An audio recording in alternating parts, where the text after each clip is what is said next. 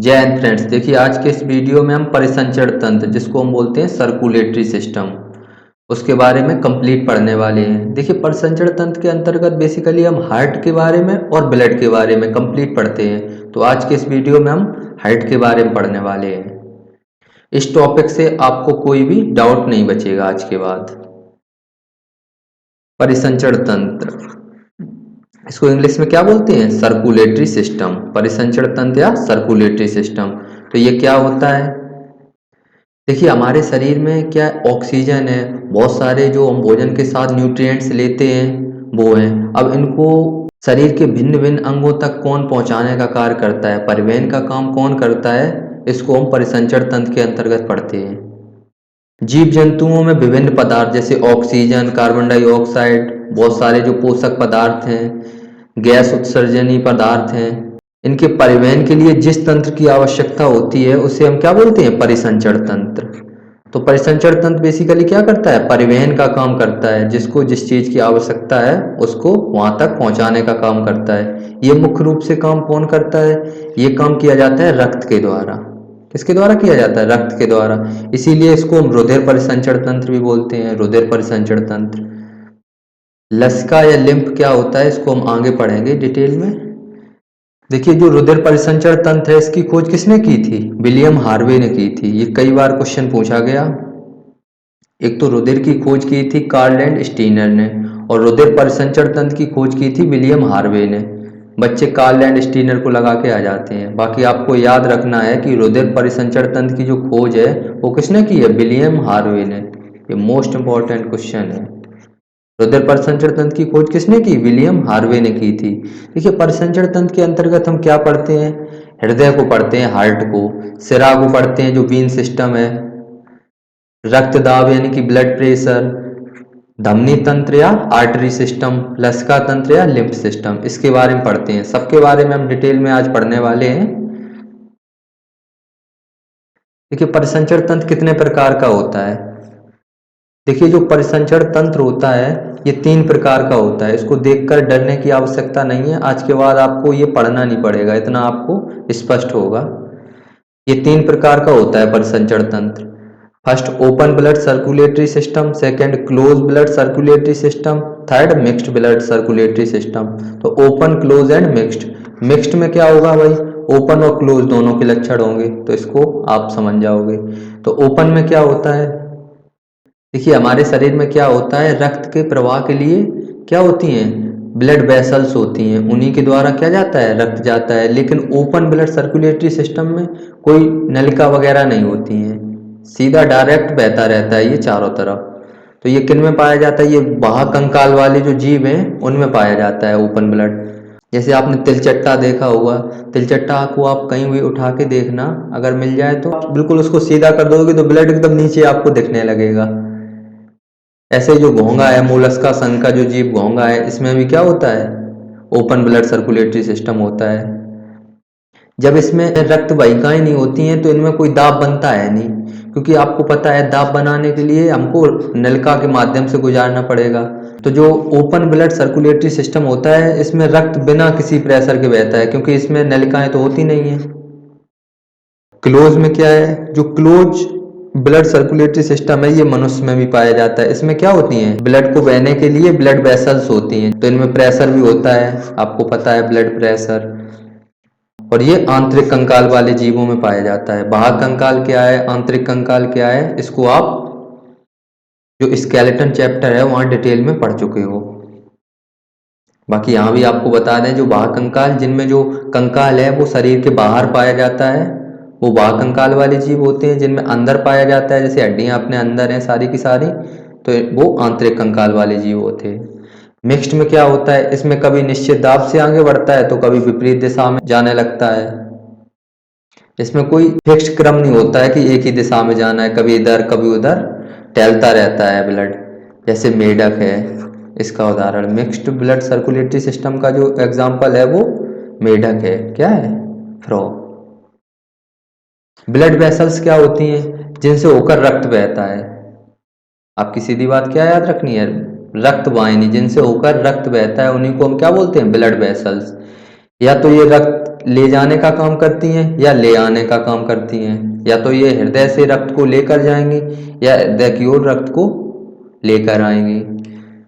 उन्हीं को हम क्या बोलते हैं? Blood vessels. ये धमनी है, सिरा है, ये क्या है, इनको डिटेल में अभी पढ़ेंगे। ये जो आपको जो दिख रही हैं, ये ब्लू कलर में आपको जो दिख रही हैं, ये क्या है? ये सिरा है। एंड जो जो आपको रेड कलर में दिख रही हैं, ये धमनी है। ये क्या है, आगे हम इसको डिटेल में पढ़ेंगे। जो रुधिर वाहिनियों का अध्ययन है वो एंजियोलॉजी कहलाता है। एंजियोलॉजी, रुधिर वाहिनियों का अध्ययन क्या कहलाता है? एंजियोलॉजी। तो इसमें कुछ याद करने की बात है नहीं, यहाँ एंजियोलॉजी केवल याद रखना है। बाकी रुधिर वाहिनी नाम से ही स्पष्ट है कि इसमें रक्त बहता है। देखिए धमनी क्या है, सिरा क्या है, आगे आपको पूरी पीपीटी बनाई है मैंने। जहाँ आपको समझाने की ज़रूरत थी वहाँ पर मैंने इसको ब्लैंक छोड़ दिया। इसमें 2-4 पॉइंट हैं वो आपको लिखना है।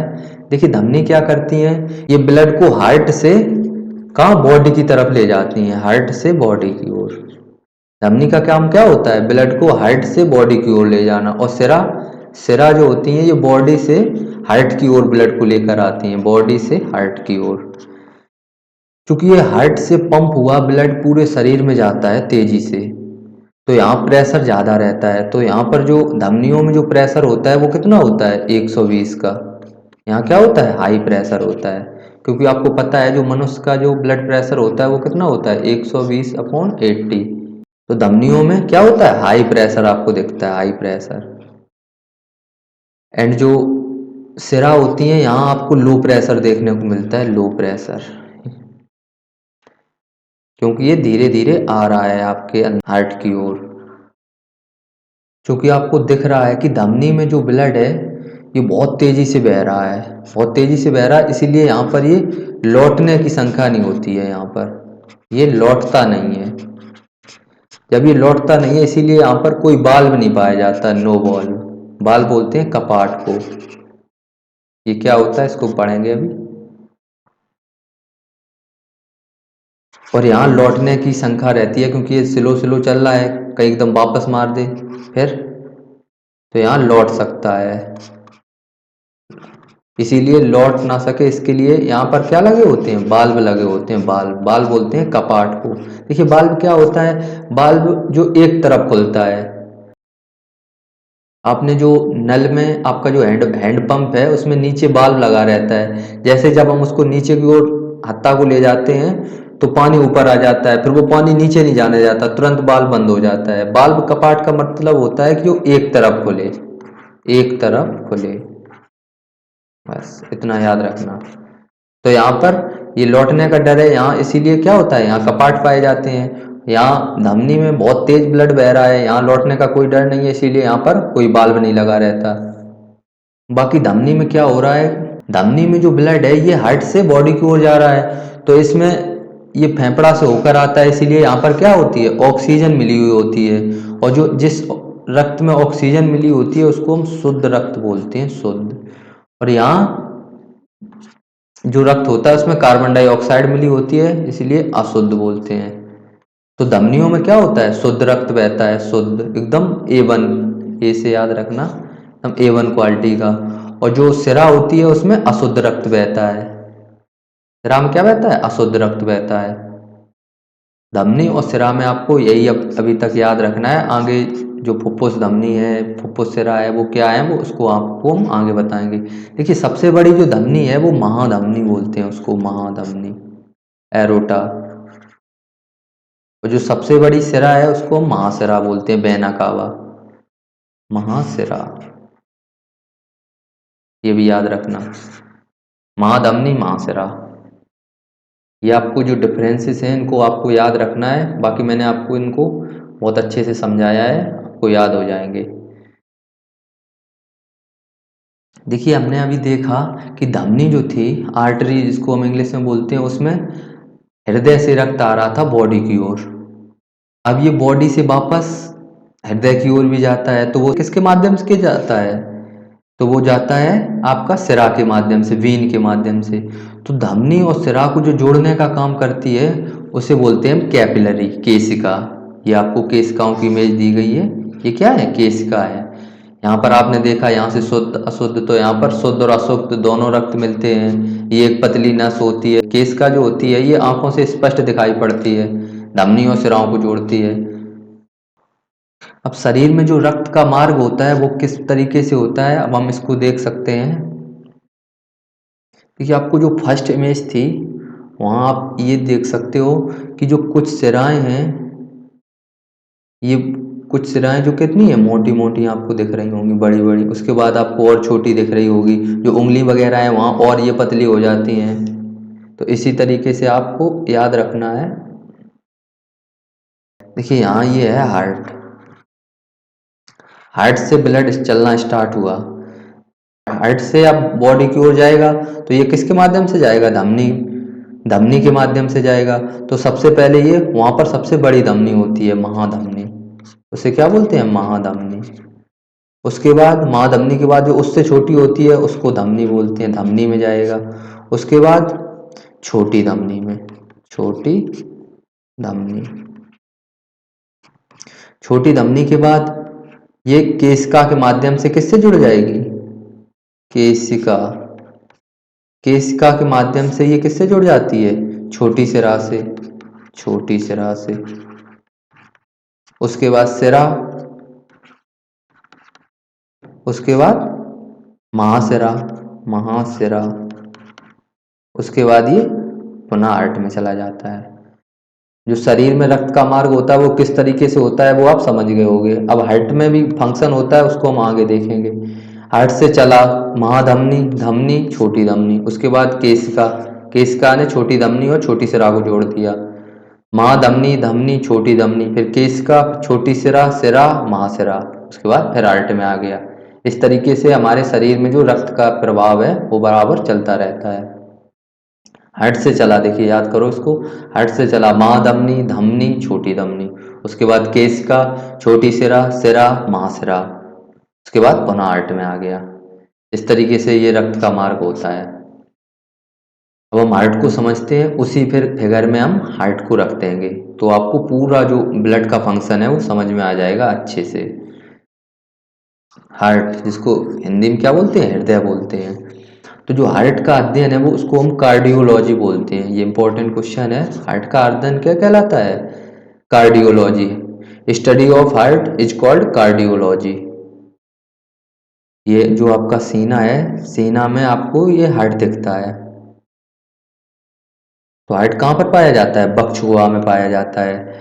जो आपने स्केलेटन सिस्टम में आपने 12 पेयर जो रिब्स थी उनको आपने देखा था, तो उनमें जो फर्स्ट रिब्स से लेकर के जो 7th रिब्स है उसके बीच में हार्ट की पोजीशन होती है। ये हल्का आपको बाईं ओर झुका हुआ दिख रहा होगा, तो ये बक्षुआ में हल्का बाईं ओर झुका होता है। हार्ट बना किसका होता है, तो ये जो हृदय हृदयक पेशियां होती हैं उनका बना होता है। हार्ट एक मस्कुलर ऑर्गन है जो किसका बना होता है, हृदयक पेशियों का बना होता है। हृदय के ऊपर एक झिल्ली पाई जाती है, उसको हम पेरोकार्डियम झिल्ली बोलते हैं। देखिए जो कार्डिया शब्द है ये हृदय से संबंधित है, किससे संबंधित है, हृदय से। तो पेरोकार्डियम, पैरो, जो इसके हार्ट के ऊपर की जो झिल्ली होती है उसको क्या बोलते हैं, पेरोकार्डियम। इस झिल्ली की कई लेयर्स होती हैं इन, और उन लेयर्स के बीच में एक द्रव भरा रहता है जिसको हम पेरोकार्डियल द्रव बोलते हैं। कार्डियल, कार्डियल आपको हर जगह मिलेगा कार्डी शब्द, क्योंकि ये हार्ट से रिलेटेड है। तो पेरोकार्डियल द्रव बोलते हैं उनको, जो झिल्ली में भरा रहता है। हृदय का जो वजन होता है वो 300 ग्राम होता है। कितना होता है, 300 ग्राम। इसका आकार शंक्वाकार होता है।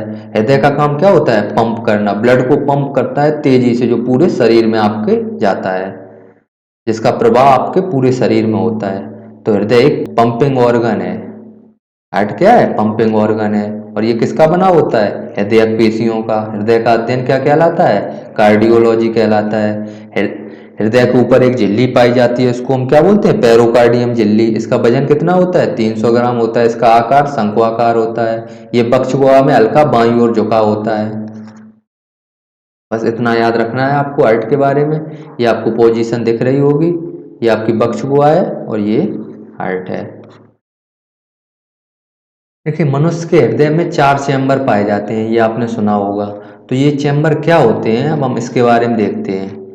हृदय कोष्ठक या हार्ट चैम्बर, यानी जो हृदय के अंदर जो खाली स्थान पाया जाता है, गुहा पाई जाती है, उसी को हम क्या बोलते हैं? चैम्बर बोलते हैं इंग्लिश में। तो हृदय के अंदर पाई जाने वाली जो गुहा है, खाली स्थान है, उसी को हम चैम्बर बोलते हैं। देखिए ये अपना हार्ट है, इसको ऐसे बनाते हैं। इसका जो इसके दो भाग होते हैं। जो ऊपर वाला जो भाग होता है उसको हम अलिंद बोलते हैं, अलिंद। और जो नीचे वाला भाग होता है उसको हम निलय बोलते हैं, निलय। अलिंद को इंग्लिश में बोलते हैं एट्रियम या ऑरिकल, और निलय को बोलते हैं वेंट्रिकल। तो हृदय का जो ऊपरी भाग है उसको क्या बोलते हैं? अलिंद बोलते हैं। जो निचला भाग है उसको हम निलय बोलते हैं। निचले भाग को क्या बोलते हैं? निलय बोलते हैं। इधर ये राइट है, आपका राइट, उसका राइट, ये लेफ्ट, ये लेफ्ट। तो ये दायां अलिंद, दायां निलय, बायां अलिंद, बायां निलय। हार्ट को जब रक्त के प्रवाह में हम आपको रख के दिखाएंगे तो अब आप और अच्छे से इसको समझ जाओगे। देखिए शरीर से जो रक्त है जो हृदय में प्रवेश करता है वो कहाँ से करता है? दायां अलिंद है वहां से। और जो निलय है ये, इसका काम होता है पंप करना, इस तरीके से पंप करना कि पूरे शरीर में रक्त का प्रवाह हो जाता है। तो ये पंप करता रहता है। जो बायां निलय है ये लगातार क्या करता रहता है? पंप करता रहता है ब्लड को। ये आपको हार्ट की इमेज दी गई है। ये देखिए, ये दायां अलिंद है, ये दायां निलय है, ये दायां निलय है। उसके बाद ये बायां अलिंद है, बायां अलिंद है, ये बायां निलय है, बायां अलिंद, बायां निलय। देखिए यहाँ पर आपको बेसिकली अलिंद क्या है, निलय क्या है, इसके बारे में समझना था। इसमें रक्त किस तरीके से आता है जाता है, इसको हम आगे बहुत अच्छे से समझेंगे, जो आपको कोई कंफ्यूजन नहीं बचेगी। देखिए कभी कभी ये क्वेश्चन पूछ लिए जाते हैं कि मछली के हृदय में कितने चैम्बर होते हैं। तो वो कितने होते हैं? 2 चैम्बर होते हैं, केवल अलिंद और निलय, बस। जो उभयचर होते हैं या रेप्टाइल्स जो होते हैं, रेप्टाइल्स, सरीसृप, इनमें जो हृदय में चैम्बरों की संख्या होती है वो 3 चैम्बर होते हैं। कितने? 3 चैम्बर पाए जाते हैं। जैसे मेढक है, सांप है, छिपकली है, इनके हृदय में जो चैम्बर होते हैं उनकी संख्या कितनी होती है? 3 चैम्बर होते हैं। बाकी आपको एक अपवाद याद रखना है, मगरमच्छ और घड़ियाल का। इनके हृदय में 4 चैम्बर पाए जाते हैं। इनके हृदय में कितने चैम्बर पाए जाते हैं? 4 चैम्बर। और स्तनधारी हैं और पक्षी हैं, इनमें जो इनके हृदय में जो चैम्बर होते हैं वो कितने होते हैं? 4। स्तनधारी और पक्षी के हृदय में 4 चैम्बर होते हैं। कभी कभी ये क्वेश्चन भी पूछ लिए जाते हैं, इसको आप याद रखना। बाकी जो समतापी होते हैं उनके हृदय में 4 चैम्बर पाए जाते हैं। मनुष्य भी समतापी होता है, पक्षी भी समतापी होते हैं। समतापी क्या होता है? जिनका तापमान वातावरण के साथ नहीं चेंज होता है। जैसे मनुष्य के शरीर के लिए 98 फ़ारेनहाइट जरूरी होता है, तो मनुष्य क्या है? समतापी है, चाहे सर्दी हो चाहे गर्मी हो, उसको 98 फ़ारेनहाइट मेंटेन करके रखना है। गर्मियों में इसीलिए हम पंखा चलाते हैं, इसी को मेंटेन करने के लिए। और सर्दियों में स्वेटर वगैरह पहनते हैं। तो जो समतापी होते हैं उनके हृदय में कितने चैम्बर होते हैं? 4 चैम्बर होते हैं। स्तनधारी भी समतापी होते हैं, पक्षी भी समतापी होते हैं, ये भी याद रखना। बाकी मगरमच्छ और घड़ियाल, इनके हृदय में 4 चैम्बर होते हैं। देखिए अब हम हार्ट के बारे में बहुत सारी चीज़ें समझ चुके हैं। अब हम हार्ट के माध्यम से किस तरीके से रक्त का प्रवाह होता है हमारे शरीर में, अब हम उसको देखते हैं। जो हार्ट का जो ऊपर का भाग होता है उसको हम क्या बोलते हैं? अलिंद बोलते हैं, अलिंद। और जो निचला भाग होता है उसको हम निलय बोलते हैं, निलय। ये दायां अलिंद है, ये दायां निलय है, ये बायां अलिंद है, ये बायां निलय है। Right auricle, right ventricle, left auricle and left ventricle. हमारे शरीर से जो रक्त आता है वो अशुद्ध रक्त होता है। क्या होता है? अशुद्ध रक्त होता है। इसमें कार्बन डाइऑक्साइड मिली हुई होती है। तो ये हमारे हृदय में दाएं अलिंद में प्रवेश करता है, दाएं अलिंद में। दाएं अलिंद में प्रवेश करने के बाद ये दाएं निलय में जाता है, दाएं निलय में। दाएं निलय, और निलय का काम क्या था? अभी आपने पढ़ा था कि पंप करने का काम करता है निलय। तो निलय ने इसको क्या किया? पंप कर दिया। पंप करके इसको फेफड़ा के पास भेजा, क्योंकि इसमें फेफड़ा ऑक्सीजन मिलाएगा और रक्त शुद्ध हो जाएगा। फेफड़ा के पास गया, यहाँ पर भी फेफड़ा लिखते हैं। फेफड़ा ने इसको शुद्ध कर दिया, उसके बाद ये शुद्ध होने के बाद कहाँ पर आया, बायां अलिंद है वहां पर आया, में ऑक्सीजन मिल चुकी है, अब ये शुद्ध रक्त है। उसके बाद ये बाएं निलय में जाएगा, बाएं निलय में जो बायां निलय है वो क्या करेगा, इसको पंप करेगा, पंप करके इसको शरीर में भेजेगा। अब शरीर का आपको मैंने पूरा बताया था किस तरीके से शरीर में चलेगा। सबसे पहले ये महाधमनी, उसके बाद धमनी, उसके बाद कहाँ जाएगा, छोटी धमनी में, छोटी धमनी। इसके बाद केशिका के माध्यम से ये किससे जुड़ेगा, सिरा से जुड़ेगा, छोटी सिरा, छोटी सिरा। उसके बाद सिरा, उसके बाद महासिरा। इस तरीके से हमारे पूरे शरीर में रक्त का प्रवाह होता रहता है। तो आपको ये पूरा याद होना चाहिए। याद क्या, आप उसमें याद करने की कोई ज़रूरत है नहीं, आसानी से आप समझ सकते हो कि रक्त ने हमारे हार्ट में जो प्रवेश किया वो किया दायां आलिंद में। तो दायां आलिंद से चलना स्टार्ट किया इसने, दायां आलिंद, दायां निलय, उसके बाद गया फेफड़ा में, फेफड़ा के बाद ये शुद्ध होकर आया कहाँ पर, बायां आलिंद में, बायां आलिंद के बाद ये बाएं निलय में, बाएं निलय से ये चला महाधमनी, धमनी, छोटी धमनी, उसके बाद केशिका, छोटी सिरा, सिरा, महासिरा। इसी तरीके से चलता रहता है। इसको एक बार हम और आपको बता दें, दायां लिंद, दायां निलय, उसके बाद फेफड़ा, बायां लिंद, बायां निलय, महाधमनी, धमनी, छोटी धमनी, केशिका, छोटी सिरा, सिरा, महासिरा। इसी तरीके से ये रक्त चलता रहता है। अब आपने एक चीज देखी होगी कि जब ये रक्त दाएं लिंद से दाएं निलय में आया तो यहाँ पर कोई ना कोई बल्ब लगा होगा, बल्ब तो होगा तभी तो यहाँ से यहाँ ये प्रवेश कर पाएगा। तो एक बल्ब लगा होता है, उसे हम ट्राइकस्पिड बल्ब बोलते हैं, बाइकस्पिड बल्ब। कि हृदय से जो बॉडी की ओर रक्त को ले जाता है उसको हम क्या बोलते हैं, धमनी बोलते हैं। क्योंकि ये फेफड़ा है, ये भी हमारे शरीर का ही एक पार्ट है, यहाँ ले जा रहा तो ये क्या है, धमनी है। फेफड़ा को हम फुफ्फुस बोलते हैं, पल्मोनरी।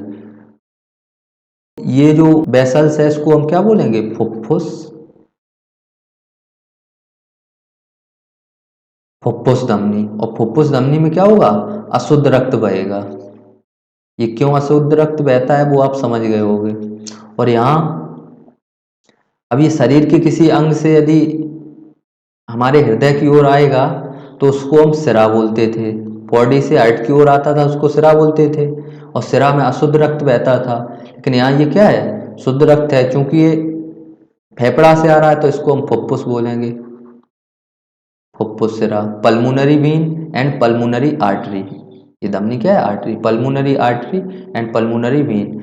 तो फुफ्फुस सिरा में शुद्ध रक्त बहता है और फुफ्फुस धमनी में अशुद्ध रक्त बहता है। ये क्यों बहता है अशुद्ध रक्त और शुद्ध क्यों बहता है वो आप इसको अच्छे से समझ गए होंगे। यहाँ तक आप जो रक्त का जो प्रवाह है हमारे पूरे शरीर में किस तरीके से होता है वो आप अच्छे से समझ गए होंगे। आप अपनी कॉपी में इसको एक बार बना के देख लो, बहुत सरल है, आसानी से याद हो जाएगा। अब हम बात करते हैं हृदय की धड़कनों के बारे में। जो हृदय की धड़कनों को मापने का काम करता है उसको हम स्टेथोस्कोप बोलते हैं। देखिए डॉक्टर वगैरह टांगे हुए रहते हैं, ये क्या होता है, स्टेथोस्कोप होता है। स्टेथोस्कोप में क्या करते हैं डॉक्टर, हमारे हृदय में आवाज को सुनते हैं। हमारे जो हृदय की आवाज होती है वो लबडब की आवाज होती है। हृदय सिकुड़ता है फिर फैलता है, जब रक्त का प्रवाह होता है तो सिकुड़ेगा फैलेगा, सिकुड़ेगा फैलेगा, तो इस तरीके से एक आवाज उत्पन्न होती है। उस वो आवाज किसकी कैसी होती है, लबडब की आवाज होती है, लबडब लबडब। तो ये क्वेश्चन पूछा गया जो हृदय की आवाज होती है वो कैसी होती है, तो वो लबडब लबडब की आवाज होती है सामान्य स्थिति में। बाकी जो ये इसको हम स्टेथोस्कोप को आला बोलते हैं, ये प्रतिध्वनि के सिद्धांत पे कार्य करता है। किसके सिद्धांत पे, प्रतिध्वनि के सिद्धांत पे। हमारा जो हृदय है 1 मिनट में 72 बार धड़कता है। कितने बार, 72 बार। जो भ्रूण अवस्था होती है उसका हृदय जो है वो 150 बार धड़कता है। भ्रूण किसको बोलते हैं, एम्ब्रॉय को। जब तक माँ के पेट से बच्चा जन्म नहीं लेता है तब तक वो क्या होता है, एम्ब्रॉय होता है, भ्रूण। उसका हृदय कितनी बार धड़कता है, 150 बार। और जो मनुष्य होता है उसका हृदय 1 मिनट में 72 बार धड़कता है। देखिए अब हम देखते हैं हार्ट अटैक के बारे में। हार्ट अटैक क्या होता है, तो हार्ट अटैक क्यों पड़ता है, इसका बेसिक कारण क्या है, अब हम इसके बारे में देखते हैं। देखिए हृदय ने क्या किया, हमारे पूरे शरीर को रक्त पहुंचाया और रक्त में ऑक्सीजन पोषक पदार्थ सारे मिले, जिसको जिसकी आवश्यकता थी उसने उसको ले लिया, हृदय ने पूरे शरीर में पहुंचाया। लेकिन हृदय भी तो बराबर धड़क रहा है, इसको रक्त किसने दिया, इसको पोषक पदार्थ किसने दिए। देखिए हृदय के ऊपर कोरोजरी साइनस नामक नस पाई जाती है जो हृदय की पेशियों को रक्त पहुंचाती है। हृदय के ऊपर पतली पतली जो नसें पाई जाती हैं उनको हम क्या बोलते हैं, कोरोजरी साइनस। क्या होता है, जब हमारे रक्त में कोलेस्ट्रॉल की मात्रा बढ़ जाती है, ये जो नसें हैं, जब हमारे रक्त में कोलेस्ट्रॉल की मात्रा बढ़ जाती है जिससे हृदय की नसें जाम हो जाती हैं, जिस कारण से क्या होता है, हार्ट अटैक होता है। कोलेस्ट्रॉल क्या होता है, ये द्रव अवस्था में जो बसा होता है उसको हम बोलते हैं कोलेस्ट्रॉल।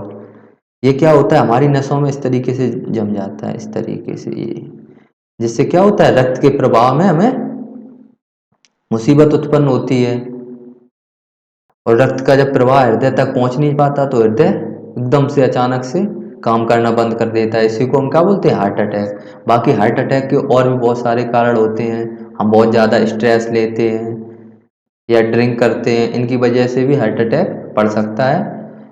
वो आपको धीरे धीरे आपको सारे कारण बताएंगे, जो यहाँ से संबंधित जो कारण था वो आपको मैंने बता दिया। देखिए हृदय की जो धड़कन है इसको भी नियंत्रित करना बहुत ज़रूरी है। आपको जब हम ब्रेन पढ़ा रहे थे उस टाइम पर मैंने आपको बताया था कि जो पश्च मस्तिष्क है उसका जो मॉड्यूला ऑब्लिंगेटा है वो क्या करता है, हृदय की धड़कन को नियंत्रित करता था। ये नेचुरली रूप से होता है। तो मॉड्यूला ऑब्लिंगेटा, अब यहाँ पर और थोड़ा डिटेल में देख लें कि मॉड्यूला ऑब्लिंगेटा के कार्डियक सेंटर द्वारा ये हृदय की धड़कन नियंत्रित होती है। किसके द्वारा, मॉड्यूला ऑब्लिंगेटा के कार्डियक सेंटर के द्वारा। कभी कभी ये अच्छे से काम करना बंद कर देता है तो हमें एक आर्टिफिशियल पेसमेकर की ज़रूरत होती है, जो हमारे हृदय में क्या कर दिया जाता है, लगा दिया जाता है, जिससे ये हृदय की धड़कनों को नियंत्रित करके रखता है। तो पेसमेकर क्या होता है, हृदय की धड़कनों को नियंत्रित करने का कार्य करता है पेसमेकर। ये लगाया कहाँ जाता है, ये आपके जो दायां लिंद है यहाँ पर लगाया जाता है, हृदय में दायां लिंद पर होता है ये पेसमेकर। आर्टिफिशियल हार्ट का काम करता है ये पेसमेकर। इसके बाद इस चैप्टर से जुड़ा हुआ एक ब्लड प्रेशर भी होता है, रक्तचाप या रक्तदाब। रक्तदाब वो क्या होता है, अब उसके बारे में देखते हैं। रक्तदाब क्या होता है, देखिए जब हृदय से हमारे जब हृदय पंप करता है ब्लड को तो ये तेजी से क्या जाता है, हमारी नसों में जाता है, तो ये नसों की दीवारों पर जो दाब डालता है उसी को हम रक्तचाप बोलते हैं। शरीर में रक्त के प्रवाह के कारण नसों की दीवारों पर पड़ने वाले दाब को हम रक्तचाप बोलते हैं, रक्तचाप। देखिए रक्तचाप की दो स्थितियां हो गई, एक तो जब हृदय सिकुड़ेगा और फिर उसको तेजी से पंप करेगा, और जब एक बार फिर दूसरी बार हृदय फैलेगा। तो जब हृदय सिकुड़ता है तो उसको हम सिस्टोलिक बोलते हैं, सिस्टोलिक। हृदय के सिकुड़ने को क्या बोलते हैं, सिस्टोलिक बोलते हैं। इसी के कारण रक्त हृदय से बाहर जाता है पूरे शरीर में। तो यहाँ पर जो प्रेशर होता है वो 120 होता है। और जब हृदय क्या होता है, फैलता है, एक बार सिकुड़ेगा एक बार फैलेगा, जब फैलेगा तो रक्त इसमें आएगा अंदर की ओर, रक्त हृदय में आता है, शरीर से कहाँ आएगा, अंदर की ओर, तो उसको हम डायस्टोलिक बोलते हैं। यहाँ जो दाब होता है वो 80 का होता है। तो सिस्टोलिक अपॉन डायस्टोलिक ये हमारा सामान्य प्रेशर होता है 120/80। जो 120 होता है इसको सिस्टोलिक बोलते हैं, जब हमारा हृदय सिकुड़ता है, और जब फैलता है तब ये कितना होता है, प्रेशर 80 का होता है। ये सामान्य प्रेशर होता है मनुष्य का। जो ब्लड प्रेशर है इसको मापने वाले यंत्र को स्फिग्नोमीटर बोलते हैं, स्फिग्नोमीटर। ब्लड प्रेशर को मापने वाले यंत्र को क्या बोलते हैं, स्फिग्नोमीटर, स्फिग्नोमीटर। ये भी याद रखना। तो आज हम यहीं पर वीडियो समाप्त करते हैं। नेक्स्ट वीडियो में आपको जो ब्लड है उसके बारे में कंप्लीट आरबीसी, डब्ल्यूबीसी, प्लेटलेट्स सबके बारे में डिटेल में बताने वाले हैं, किसकी कमी से कौन सा रोग हो जाता है। ये भी सर्कुलेटरी सिस्टम का ही पार्ट होता है। इसको हम नेक्स्ट वीडियो में डिस्कस करेंगे। उम्मीद करते हैं कि आज का वीडियो आपको समझ में आया होगा। मिलते हैं नेक्स्ट वीडियो में। Thank you for watching it. Thank you यार आप सभी का।